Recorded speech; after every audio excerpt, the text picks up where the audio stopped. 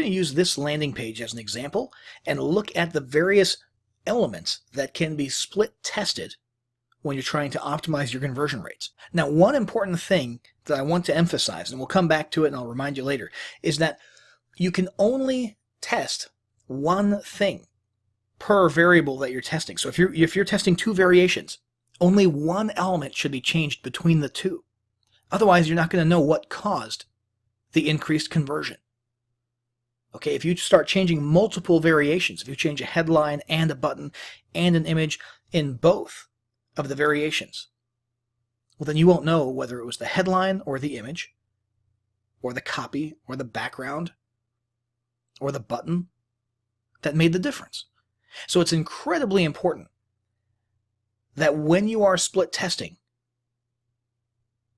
among two variations, you're only doing one element at a time so that you can absolutely nail down what has what kind of effect on your conversion rates. So let's just take it from the top, okay? The headline. The headline is the first thing that you could potentially test in a split test to see if you get a better conversion rate. Okay, and basically, if you've got a unique selling proposition or multiple angles that could be attractive about your product, you would want to figure out how to incorporate them and which ones to emphasize, because there's only so many words you can fit into a headline, right? I mean, that's the whole point of a headline, is that it's pretty short and sweet. You want to get people's attention, right? And you can only include so much information in there. So just as a random example, let's take things to a higher level. Sounds kind of cool, but it's also very vague, right? What if the headline was a little bit beefier and said, let me show you how to boost your revenue by 30%?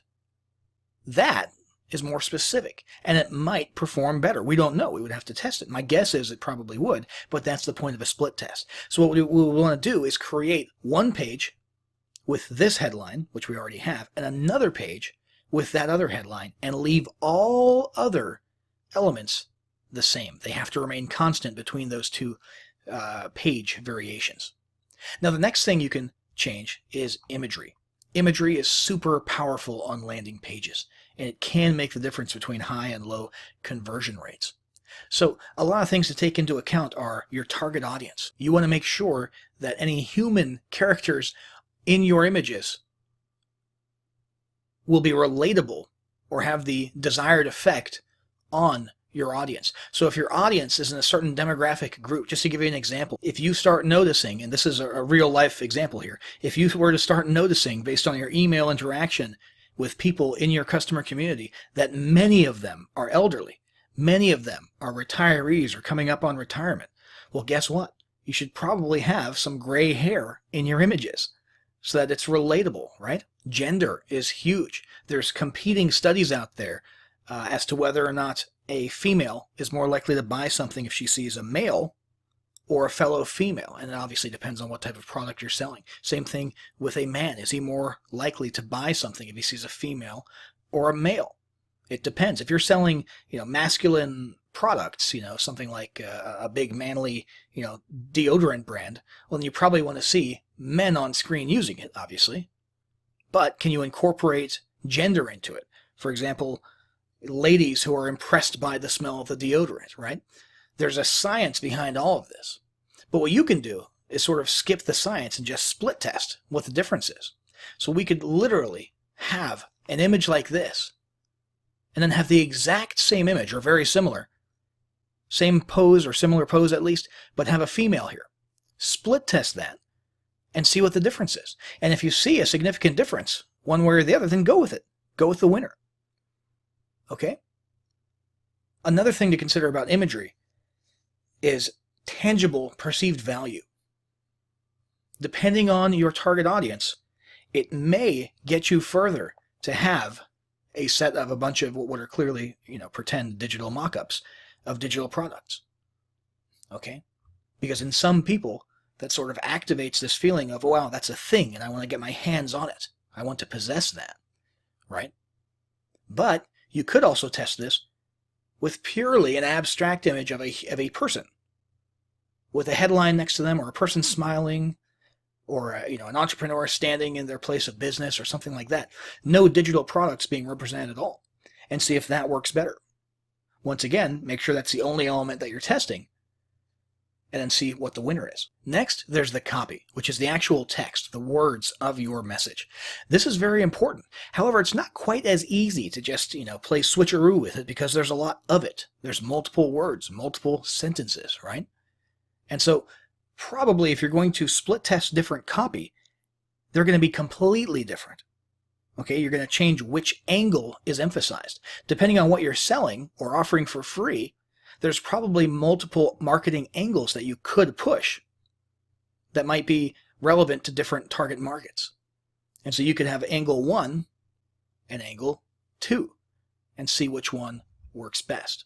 So for example, in this copy, you'll see there's sort of an assumption that a business exists. This mastermind course will take your business to the next level. Here's what it includes. But what if we split tested that against exact same page, but the copy was different and the angle was a little bit different, and in this next variation, what was actually being emphasized was a person who does not have an existing successful business, a person who's been struggling. So finally, once and for all, stop struggling and we'll get your business off the ground, or something like that, and test those two different marketing angles of copy against each other and see which one resonates the most with your traffic. And then finally, there's the button. Now, this is sort of a controversial area because there's people who swear that changing the color of a button can have a huge impact on conversion rates, and then there's people who think that that's just silly. So the correct answer is probably somewhere in the middle. There is evidence that different colors result in different behavior or different psychological effects on viewers. Red usually translates to urgency, but at the same time, red can also mean no. Blue usually translates to trust. At the same time, blue could theoretically not get your people excited enough or galvanized enough. And then there's branding. If brand colors and theme colors, that are part of your identity, are important to you, and maintaining an attractive page are important to you, then you might not have as many options to drastically change to just one specific color on your buy button. But if you do have the flexibility to run a quick test between blue and red, something simple like that, just to see on the off chance that it makes a difference, well, it might be worth doing so. And if the gap between the two of them is significant enough, then bravo, you've got a winner. You can go with whatever color that was, at least for that particular landing page. And finally, it's not just the color of the button, it's also the copy of the button. Okay, so the different wording. Take it to a higher level is kind of a cool sounding phrase, a little bit more vague, right? Get the course could be something that you test against that.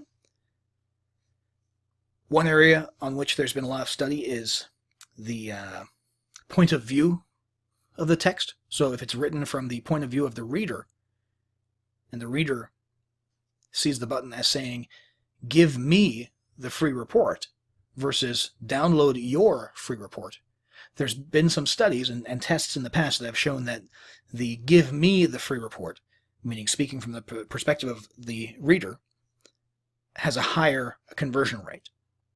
It's probably not always going to be the case, but because that phenomenon does exist out there, it might be something smart to test on your pages. So those are some examples of things that you could split test. Remember, always keep in mind between two variations, only have one element different. Otherwise, there's no point in testing.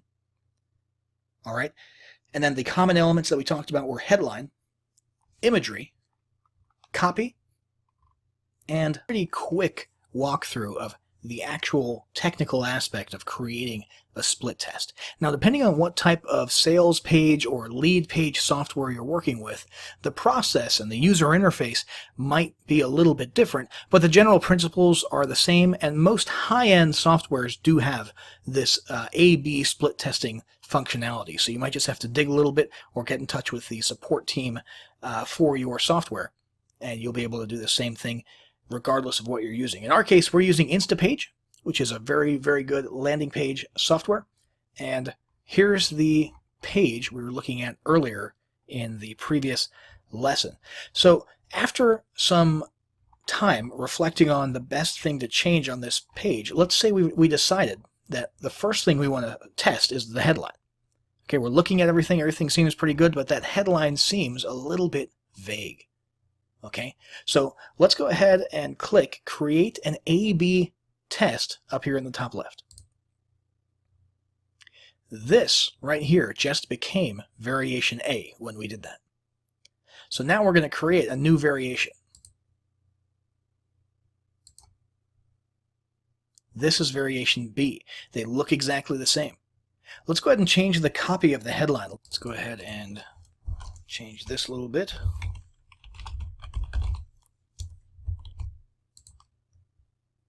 See if we can get it to fit on one line.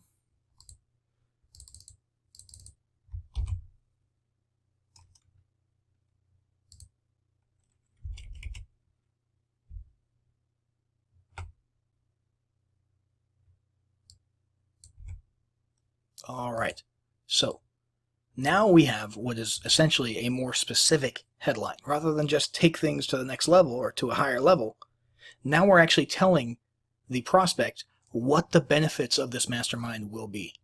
Conversions and sales. And people can instantly figure out exactly what the focus of this mastermind is going to be. So there's a safe bet that that will probably perform considerably better. If we were to hit update, that would be published as a variation. Now, the way this works is that from this point forward, there will be a 50-50 split, an equal split. So when you're sending traffic to this page, from this moment forward, the first next person is going to go to variation B, the next person is going to go to variation A, and it's going to alternate, filtering left, right, left, right, left, right, A, B, A, B, A, B, so that you have 50% in both pools, and you can see equally what the performance level of each respective one is. Now, depending on what kind of software you're using, it is possible to run a multivariate split test, where you can come on over here, hit new variation, we've got another one here, and we can change the headline again.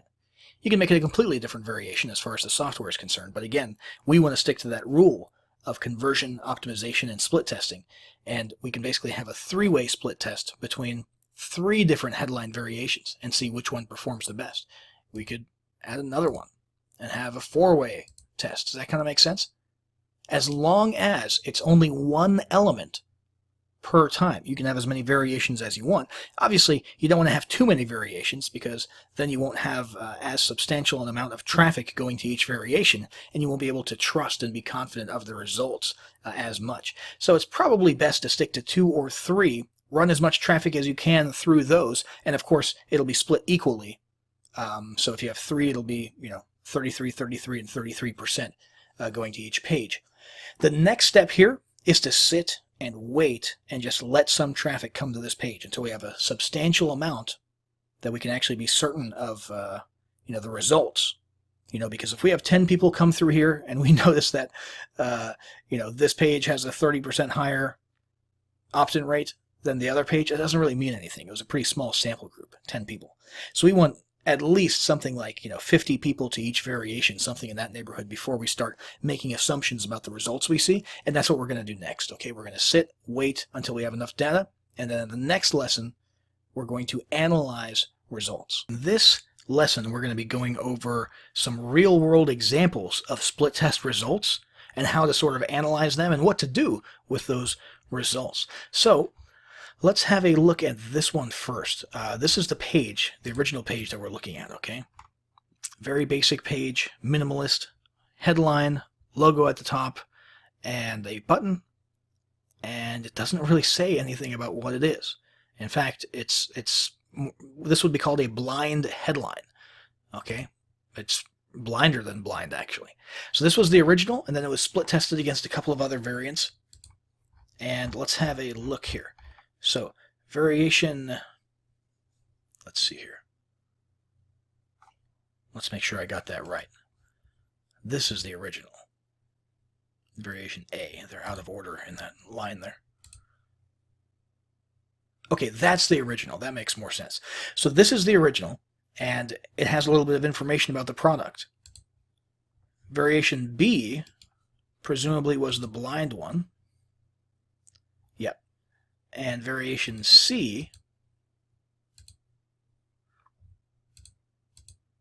was sort of similar to variation A, but the main headline was a little bit, well, smaller, but with more text in it. So start making money online with 200 plus free video lessons. Start making money online with our Internet Marketing Academy. So this one has a little bit more detail in it. Let's have a look at what actually was the winner. So variation A, as many of us probably could have guessed, did in fact do a little bit better. It had the highest rate. It was 44.7% conversions. So out of 47 visitors to that variation, 21 of them converted, and that's a pretty solid conversion rate. And there's not much of a difference, though, between that, surprisingly, and the blind one. Whereas this one here, surprisingly, did the worst, 30%, 11.5% less. Now, even though we have what most would agree is a reasonable amount of traffic per variation to come to some conclusions, this is pretty low. We would really want to follow that and see if variation C, which is very similar to variation A, is in fact that much worse and does in fact perform that much worse.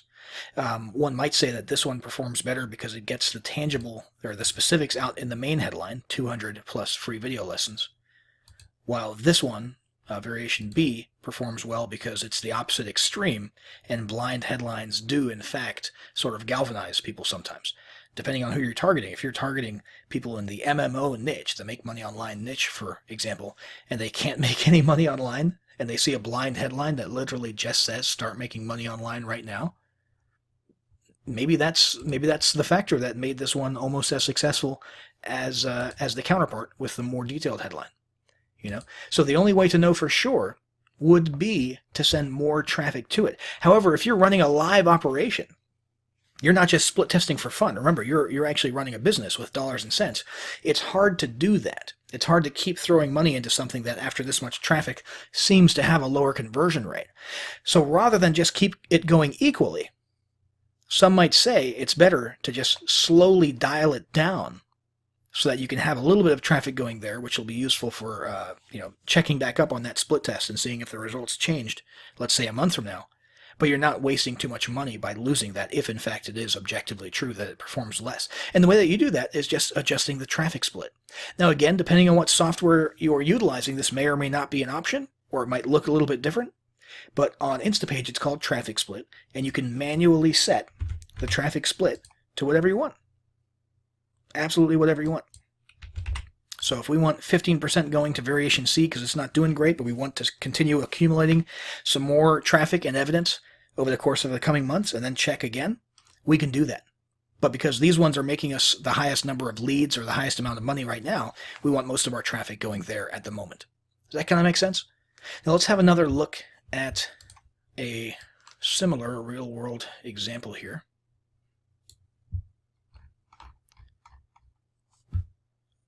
And let's see, we'll load up the variations.